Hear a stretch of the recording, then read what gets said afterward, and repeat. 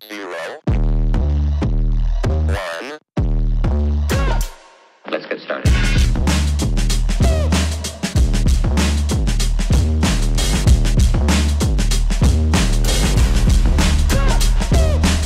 Why is stopping me? Hi! Ayan, so tapos na kaming simba. So it's time na mag-date na kami ni Mrs. Ililibre niya ako. Kakakilig naman! So mag-ano kami, ano ba tawag dito, nanay? Max Grill. Dinner date, lunch date. Yan, lunch date sa ano ba, Max's Grill, I don't know. yun. Basta Max apostrophe S. Yun. So pakita na lang namin sa inyo. Yan, baka kasi isipin nyo Max's restaurant, hindi yun. Akala din namin noon na parehas lang, pero hindi. So papakita na lang namin sa inyo kung saan kami lunch date. Yan. So syempre dahil nasa Amerika tayo, so yung mga date dito ay sa mga American mga grill or American restaurant. So yeah. Tsaka hindi ano dito, hindi parehas sa Philippines yung mga restaurant. So kalimitan ay walang rice. So kakainin namin ay mamaya namin malalaman pa kasi hindi na to yung first time namin pupunta dun sa restaurant na yun. Pero yung unang punta naman namin, hindi namin nakita yung menu. Basta kinain na lang namin dun is steak na medium rare. Ba nanay? So yung steak dun ay mamula-mula pa. Yan. Madugo pa kung titingnan. Pero luto siya. Makakain mo siya na hindi sasakit yung tiyan mo. So ngayon pupunta kami ulit do para naman celebrate yung Father's Day. Araw naming mga fathers. So let's find out kung ano yung mga chichibog natin doon. So yeah, samahan nyo kami. Alright, so nandito na tayo sa Max's Grill Bar and Restaurant. Ayan, so pinag na natin yung sasakyan dyan. So ayan, dito tayo lunch date kasama si Mrs. Sanday lang, ba't ako naging tatay? Ayan, anak-anak kasi kami, kaya yan.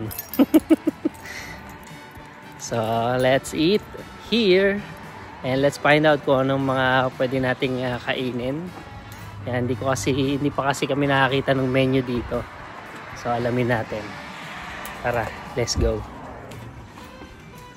Pasok lang kami. Ayan.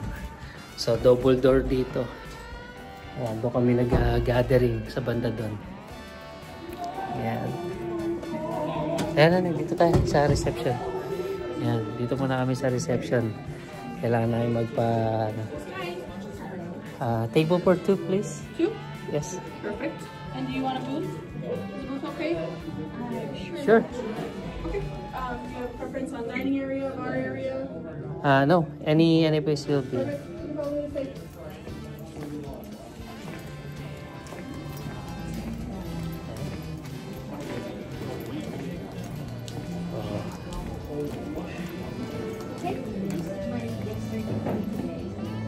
Yeah. Can I serve you up something to drink right away? We'll choose first. What Come again? Something to drink? What do you want to drink? Lemonade. Lemonade? Yeah. Okay, perfect. Thank you. Alright. So, yan. Ito po yung lugar. See? Nanay, kaway ka. Alright, so dito tayo kakain sa Max's Grill, Bar, and Restaurant. Yan, so ito yung kanilang menu. Thank you. So, let's now choose kung ano yung pwede nating kainin. And yun, luckily may nagbigay sa amin ng gift certificate. So, medyo malilesen yung gastos namin. So, pwede rin namang sakto lang. depende sa mabibili namin na or mapipili namin na pagkain dito sa menu. Ayan yung mga menu nila. Tara! Alright, so pili lang muna kami. So yun, naka-order na kami ng aming kakainin. Ayan. So ano nga yung mga in-order natin? So sa akin ang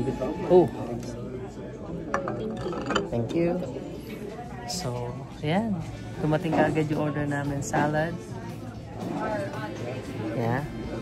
Tapos kay Mrs. ay barbecue ribs, half rack. Sa akin naman ay sirloin. Yan.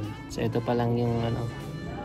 Kailangan may vegetable para ano. Yan.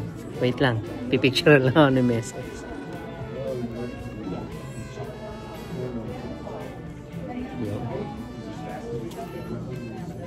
Ayan. So para ano, para mayroong fiber, para pag kumain ka na ng meat, syempre para mabilis ka mabusog, tsaka hindi masakit sa tiyan. At syempre kaya tayo magugulay muna para mabilis ding ma-digest yung ano, yung kakainin namin, kasi mabigat yun sa tiyan. Ano nga yun? Ano nga ba yung laman? May karne, tapos may potatoes, may fries, may ano pa? Vegetable. At siguro ito na yung vegetable. Tapos umorder pa ako ng ano nga yung in-order ko na mozzarella breadsticks. Ewan. Nalimutan ko na. Kinuha na kasi nila yung menu. So hindi ko na ma-report sa inyo kung ano yung mga in-order namin. Papakita ko na lang sa inyo mamaya. Okay? So dyan lang kayo.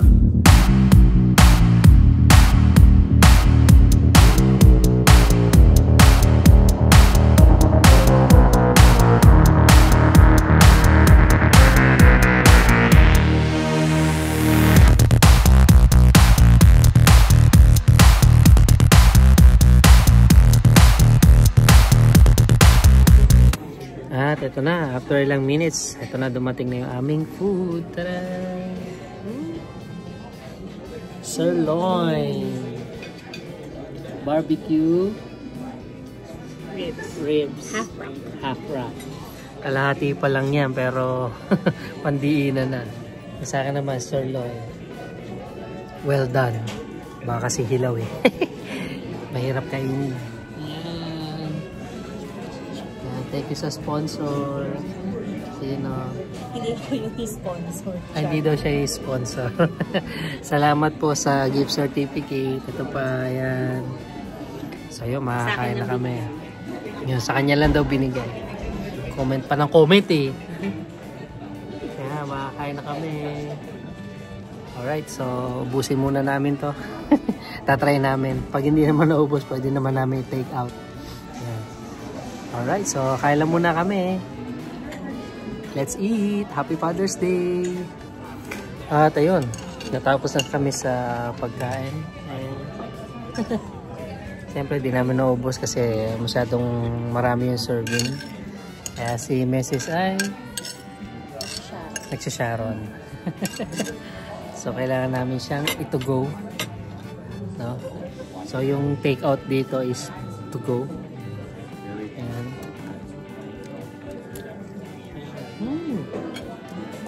Yung iba na limas, yung iba malaki pa yung piraso, kaya iuwi namin. Ayan, tsaka bayad na rin kami, kaya pwede na kami umiska po anytime. Ayan. Linis-linis lang muna. Ayan, para hindi naman nakakaya dun sa restaurant. Hindi porkit nandito tayo sa Amerika eh, yan, mag-ano na tayo ng wala na tayong mag-iimpake sa sa paglilinis dito. Pinoy tayo, kaya manners. So, na-enjoy mo ba, nanay? Yes. Oo. Hindi niya nga naubos eh. Sakit na daw ng tiyan niya. Wala tayong magagawa, malaki serving eh. Hindi naman natin pwedeng half order. Half na nga yung in-order niya eh. Half rack, American size. Half rack, American size. Ay, naka. Alright, so ayun na. Tapos na tayo sa ating lunch day. Thank you, Nanay. So, happy Father's Day ulit sa ating lahat ng mga magigiting na ama. Alright. So, ubusin ko lang yung lemonade and then tingnan natin kung may magagawa pa kami activity kasi hanggang ngayon kasi ay gloomy pa rin yung weather sa labas. Maulap pa rin. Naulan ba? Hindi naman naulan pero parang mamaya ay uulan. At may possibility na magkaroon ng hail ulit. So, ayun. Sana ay hindi mangyari. Yun. Kasi hindi siya safe para lalo na sa mga aabutan sa kalsada. Alright. So, ubusin na namin ito lemonade and ayos na kami dito. Tayo na nga. Nakauwi na tayo. Ayan. Lock lang natin yung ang sasakyan at yung garahe. Ayan. Diba? Sosyal. Yan. So, buti na lang at may garahe para sa sasakyan dito. So, anumang weather ay medyo safe yung ating sasakyan. Alright. So, ayun na. Maraming salamat sa pagsama sa amin sa pagdiriwang ng Father's Day. Ayan.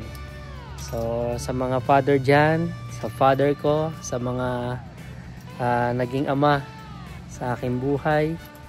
Ayan, maraming salamat sa inyo. Happy Father's Day sa inyo. At sa aking sarili, Happy Father's Day din. And yan, sa mga kaibigan kong tatay na, Happy Father's Day sa inyo. And yan, pagpatuloy natin ng pagiging magigiting na ama. So, yun lang po sa araw na to. Hanggang sa muli mga kaibigan. Kita-kits sa mga susunod pang mga videos. Bye. Oops! Huwag mo munang i-off o huwag ka muna umalis sa video na to. Kasi ayan, may pahabol ang aking panganay na anak. So, nasa Pilipinas pa lang ako, gumawa na siya ng mga gift na bubuksan lang namin sa araw na kailangan siyang buksan. So, meron siyang gift sa amin for Christmas. Meron din siyang gift para sa Mother's Day at syempre meron din ako.